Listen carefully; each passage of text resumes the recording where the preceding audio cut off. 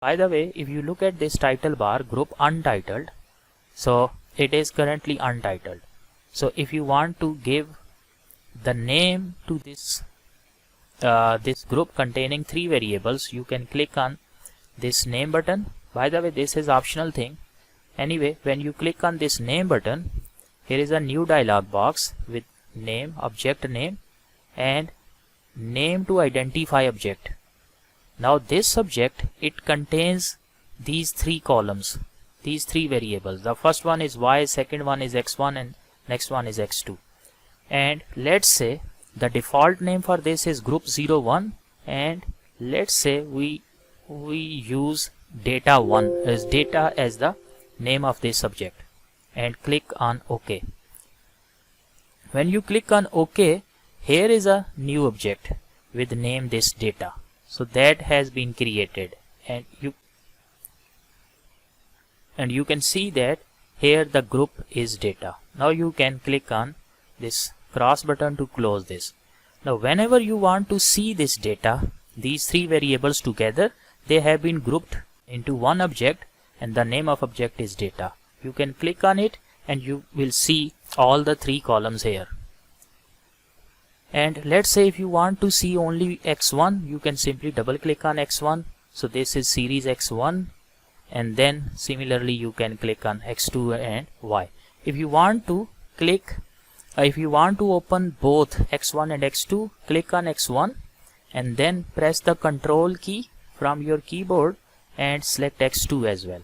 Once these two, or if you want to add y as well, you can select that one. Let's say we want to open x1 and x2 together. So select both and now right click, and in this menu choose open, and in the sub menu choose the first option as group. Once you click on this, now you can see that we have a group containing these 2 variables, and the name of group is untitled.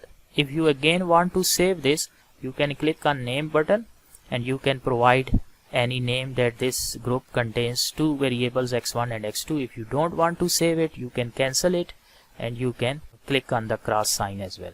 When you click on cross sign, it gives you a warning message that whether you want to delete this untitled group or you want to save it with some group name. So I want to delete this untitled group, so click on yes. Once you click on this, so this is our data file that has been created. If you click on this capture tab, so this capture contains the history of all the commands. So we have performed several functions, we have created this work file, we have copied the data, and then we have created this group with the name data, and then we opened x1 x2 series as a group, and then we deleted that untitled group. So here is a list of all the commands that have been captured.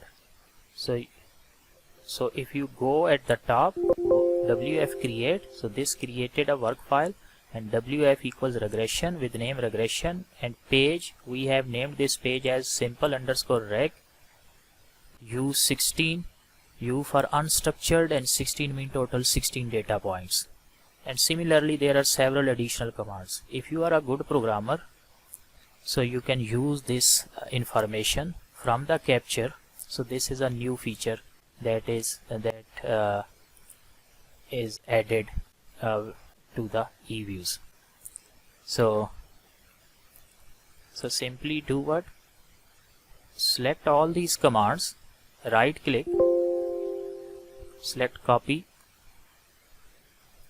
and then go to the file menu, new, and program, and here you can paste it.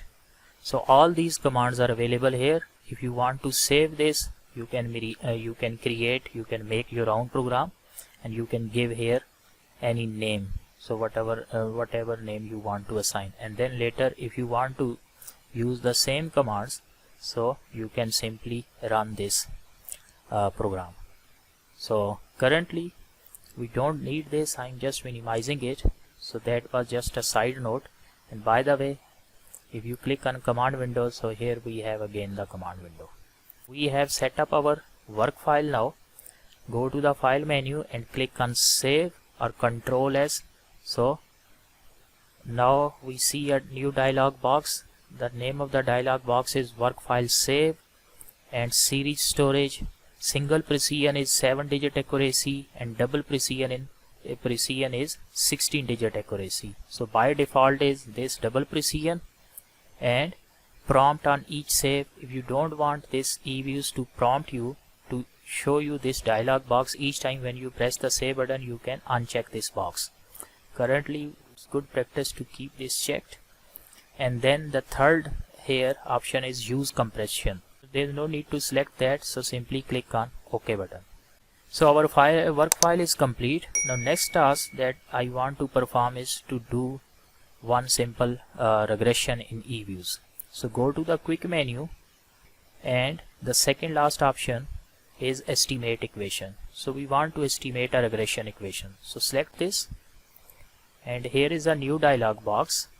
The name of the dialog box is equation estimation, and it contains two tabs. First one is the specification, next one is the options. Click on this specification, which is the default object, and it is appeared here with all these options. So just read what is written here on the dialog box. Everything is quite simple and easy. So equation specification, dependent variable followed by list of regressors, so including ARMA and PDL terms. So these are advanced topics. So autoregressive moving average and polynomial distributed lag terms. So we will cover these topics in our future videos. So currently I'm just focusing on this portion, dependent variable followed by list of regressors. So in our case we have data on three variables, y, x1 and x2. So y in our case is dependent variable. So just type y. When you type y and the variable is available here, so you will see this list. So if you want to change the variable, you can select on any other variable. So currently y, and then put a space. So this completes this first thing, dependent variable. And next followed by after this y, list of regressors. So whatever regressors you want to add, that should be put here. So their list should be put here. So C for intercept or constant, and then x1 is the first regressor and x2 with second regressor. So just y space C space x1 space x2, and if you have, let's say, any other regressor, you can add as many as you want. In our data set we have only these two variables, x1 and x2, and we are actually estimating this model with y as dependent variable and x1 and x2 as two independent variables, and we have included this constant term as well. So this is this completes our this story, dependent variable followed by list of regressors. And if you are using advanced ARMA and PDL terms, so then you can use that. So currently we are not using those advanced models. We are sticking to this basic linear regression model containing two independent variables. So it is just a multiple linear regression model. So this is one way of writing things. Or we can do the same job by writing an explicit equation like y is equal to C1. C stands for coefficient 1 within parenthesis, plus C2 second coefficient, the first coefficient plus second coefficient asterisk x. So if you don't like this format, you can simply write in a proper equation form. So I'm going to run the regression using both forms. So first using this form, and then I will choose this second option. Once you are done with this specification window, now come to here at the bottom, estimation settings.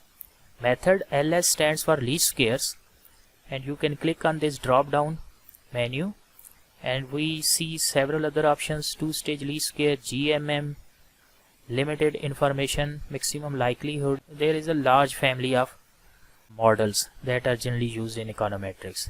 So we will cover these methods in our forthcoming videos.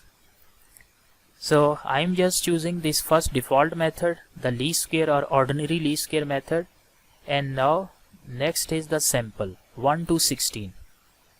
Note that our data range is from 1 to 16. If you want to adjust this sample, let's say instead of all 16 data points, we can adjust it to less fewer number of observation like 14. So 1 to 14. Now this regression model, it will be estimated only on first 14 observations, and even you can reduce it to 10, or even you can change the starting point 2 to 10. So now observation number 1 will not be used, as well as observation number 11 to 16. So once you are done with this, I'm retaining this sample range same. So once you are done with this, so click on OK button. So this will run a regression by taking y as dependent variable, x1 and x2 as two independent variables, and including an intercept in the model. By using ordinary least square method, the parameters will be estimated, and the sample size is 16 observations starting from observation number 1 to 16. And before clicking OK, here in the options tab we have several additional options. If you are well aware of econometric methods, then you can play with these additional options. Currently I am not going into the details of this, and we will cover these topics when we will cover some advanced econometrics topics. So still sticking to the specification window, and simply click on this OK button.